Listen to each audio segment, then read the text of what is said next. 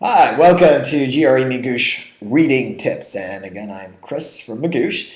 And today I'm going to talk about how not to get trapped by the questions that follow the reading comprehension passage.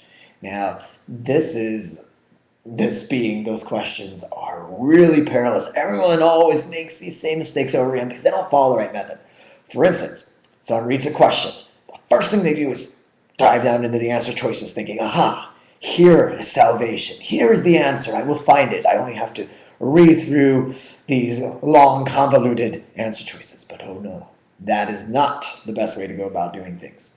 First off, read the question.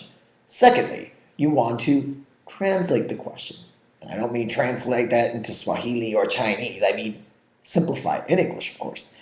So let's take a little example here. I have this book. If you don't have this book, get it, or at least get the PDF file online. ETS content's really important. So I'm taking here, simple question. It says, the primary purpose of the passage. You can see that this is great. That's really simple to just go back and say, what's the main idea of this passage? Not much simplifying going on, but check out this question. The passage implies that during the day before a night on which a male nightingale's song rate is high, that nightingale probably does which of the following?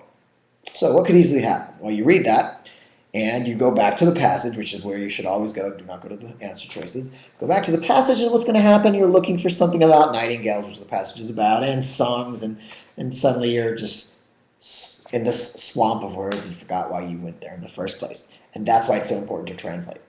So what I read a second ago probably sounds where your head is, probably because you haven't read the passage. But if you read the passage on nightingales and why they sing during the day, during the night, it's not that difficult to take. The passage implies that during the day before a night, and just change it into, okay, well, passage implying that nightingales, on a night where a nightingale sings a lot, what's it doing during the day? What can we infer? So what's the nightingale doing during the day that's about to have a big sing-song time at night?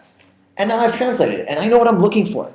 And it's easier to skim through here for the main words. And so when I get to the important part, which are those lines that answer that question, I know that I'm in the right place because I remember what the question is asking in the first place. So always remember, simplify the question.